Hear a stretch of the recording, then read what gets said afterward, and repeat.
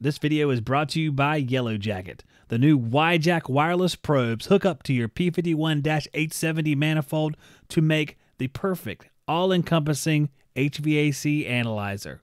Find out more in coming weeks on Shop Talk. Let's talk about GPS surveillance. Ooh. What is your stance on GPS surveillance? And Bryan gives a thumbs up.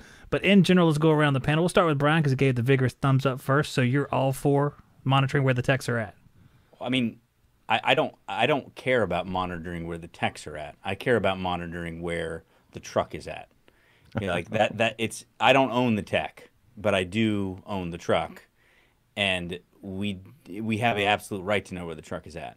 And there's been lots of cases, especially, and it just depends on the type of business you are too. So when you're a small residential mom and pop in one town company, then you probably don't need GPS. But when you're a statewide commercial contractor with people zigzagging all over the place, GPS does a lot more for you than just, you know, being Big Brother checking up on your technicians. It's useful for, heaven forbid, something gets stolen, which has happened.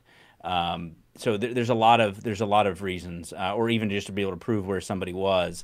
You know, customer complains, the guy never showed up, he was never here. You can show that he was there. There's lots of reasons why GPS makes sense. And layer on to that, we've added dash cams to all of our vehicles too. Now, there was this gigantic rumor going around that I could listen to them in their vans with the dash cams, which was completely false and is not. But somehow that got started because it looks like it's got a microphone on it or something. I have no interest in that. That's not happening. But the dash cams are great because there's been lots of cases now where we've had suit brought against us. People claiming that they were severely injured from these minor fender bender type accidents that have occurred. And now we have the ability to prove what actually happened. Because I don't have any issue with paying up if we made a mistake, but it's super irritating when you're being sued for hundreds of thousands of dollars for something that you have no idea. You know, you look at the van and it's got a little scratch on the bumper.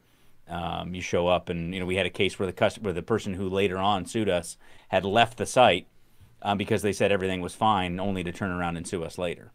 So those are the reasons why I'm very pro this technology. It's just technology. You can use it in a bad way or you can use it in a good way. And I think there's a lot to be said for using it in a good way. Mm-hmm. When you have 140 employees, he's not going to pay somebody to sit there and watch everybody's GPS unless something happens. Well, dispatchers still look at it. I mean, dispatchers can still use it to see if they check on a job and they know that say a guy was dispatched to a job 15 minutes ago, but then another call comes up that was close to where they were. Rather than call the guy and bug him, they're just going to check and see how far down the road is he. Would it make more sense for me to turn him around? To me, that makes efficiency sense. It's very rarely used, very lightly used, but yeah, I mean, if people are using it just to be difficult with their employees, then yeah, that's dumb. You know, it's bad for morale. But I don't know. Have you ever used it to reprimand a tech for something? No, I don't think so. I mean, we use on the dash cams, it tells us when people are doing dumb stuff, speeding. It gives us reports on all that. So there are a few cases that hard braking incidents. In fact, the worst was my son. He was clearly distractedly driving and ended up driving off because he almost rear-ended somebody and drove off on the side of the road. So, So yeah, I mean yeah, sure. Like, hey, what's going? Clearly you were distracted. Multiple levels of anger. Yeah. Well, it wasn't anger. It's just like, I don't want you to die, and I'd rather you not kill anybody. So, man, you're a good dad. I would have been angry. First. I know I am. I mean, so much practice. I mean, like, I think we all get distracted while driving sometimes, so it's not like I don't understand. But that's helpful for coaching purposes, and it does help with insurance too. So I call that a reprimand, if you will, but I think it's more just like, slow down a little bit. You're up there and the hard braking. You're up there in the speeding. Back it down a little bit. Do you have dash cams? And you don't have to answer this. Dash cams on the personal vehicles, like they would drive your kids? Oh, what do you mean on your kids? On your kids' cars. Like, do you put dash cams on their cars? I don't. I actually want to. I want to have it on my own personal vehicle just because, for the reason that I already mentioned, just to be able to show if something were to occur. I think it just makes good sense. So I like it as a general solution, but I don't have it currently. I like it too. One of my relatives actually used it to show the police when they were sideswiped by somebody. It was really good to have.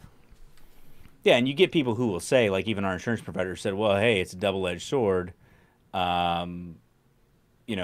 you can sometimes use it. Somebody could use it to actually go after you if it proved that you did injure somebody. And I'm like, I don't mind that. Like, I don't want to hide from reality. I don't want to hide from the truth. I just don't want to be blamed for something that's not true. So. No, I may chuck that thing in a river if it's your fault. You know what I'm saying? That's the thing. It sends the clips to the cloud. That's how it works. Brian, you have to use the cloud? You want an SD card in the camera. Yeah. Come on, you got to go check that in the river.